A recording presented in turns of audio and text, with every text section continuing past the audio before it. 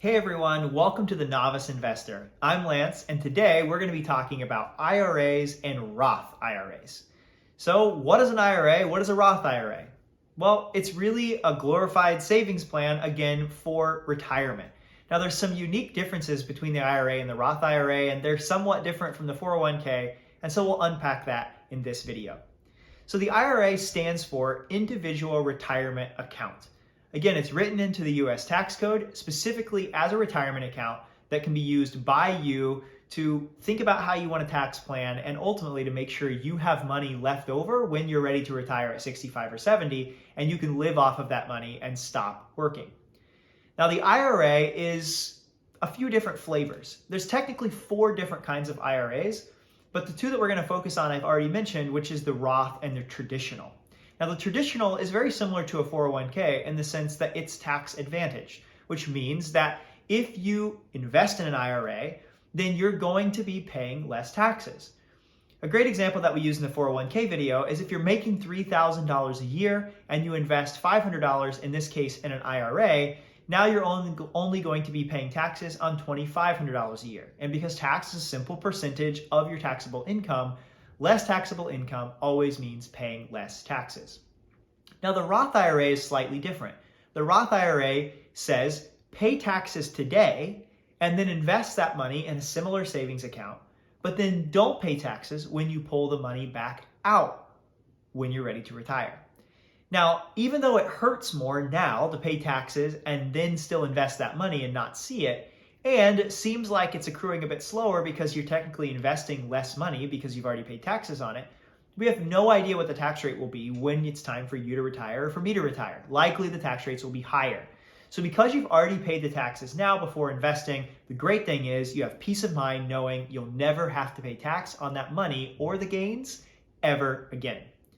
Now, the IRA is really powerful because it's invested in the stock market, in bonds, in other things, including mutual funds and ETFs, which we'll talk about in other episodes. But the reason that's important is because it supercharges your regular savings account. And on average, it's going to return 7 to 10% year over year, which means that if you invest $300,000 or $400,000 over your lifetime, likely you'll end up with over $1 million to actually live on in your retirement. So what are some pros? What are some reasons that you should have an IRA? Well, if you are not a traditional employee, you have to have an IRA. If you're a contract worker, maybe you deliver food, you drive for Uber or Lyft, maybe you're an entrepreneur, but you're sort of like just you and no employees at this point in time, the IRA is really the only thing that's an option for you to be able to save for retirement. And it's a really good option and you probably should be using it. But even if you are an employer and you have a 401k, or an employee rather, and you have a 401k, the IRA is still a really nice option to help you supercharge your 401k. And it works in a couple of different ways. One, the 401k has an annual maximum, $19,500 in 2020, that you could put in. And if you're someone who's really putting a lot of money into your 401k, you've hit the maximum and you want to do even more, then really the IRA is the best next option. The other option is to use a Roth IRA to diversify and make sure you're having some tax benefits that you don't get with the 401k. So maybe you have a 401k because you want to lower your tax bill and you want to make sure you're getting everything you can out of that investment. But then you have a Roth IRA to make sure that when you do retire, there's a really good chance that you are having some protection against changing tax codes and tax percentages. So all of these things add up for a really great way for you to diversify. And again, you're getting that 7 to 10% return year over year, which is really what you want because this money is invested. So what are the downsides? Well, there's a couple. First off, an IRA has actually a really low annual contribution maximum. It's only $6,000. We said earlier the 401k is almost $20,000. So the IRA is only about a third of what the 401k is. Now, it's a little different if you are an entrepreneur. That maximum goes up, but it's still much lower than the 401k. The other thing is similar to the 401k, it has a 10% early payment penalty fee, which means if you pull that money out early, when you count in the tax rates at the federal, local, and state levels, and the 10% penalty, you'll easily be paying over 50% of that money to pull it out before you're 59 and a half years old. And again, similar to the 401k, with everything that's invested, there is risk. So over a 100-year period, you'll likely make 7 to 10%. But sometimes in a 1 or 2 or 3 year period when things aren't going well, you can actually lose money before gaining it all back. So if you happen to be ready to retire when the stock market takes a big dump like it did in 2008, you might be in kind of a tough spot and have to put retirement on hold for a couple of years. So what's the bottom line with IRAs and Roth IRAs? Well, they're really, really great ways for most of us to supplement our regular retirement savings in a 401k.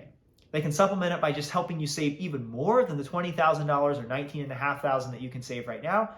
Or they might want to help you diversify by opening a Roth so you have some pre-tax savings and then some post-tax savings to protect you from whatever the tax rate might be in 10 or 20 or 50 years when it's time for you to retire. The second thing is that if you aren't someone who has a traditional job with a traditional employer, then you almost have no choice but to open an IRA if you want to save for retirement, because it really is the investment vehicle that's made for you, and there's opportunity for you to be able to continue to save even without an employer-sponsored 401k plan. So that's it today for the IRA and the Roth IRA, both really, really great ways to supplement and to help you save for retirement. If you want to learn more about retirement savings, check out our 401k video, as it's a great opportunity to go along with the IRA. And as always, remember that just because you're a novice doesn't mean you can't get started on creating a better life and a better future for you and the people that you love. Until next time, we'll see you later.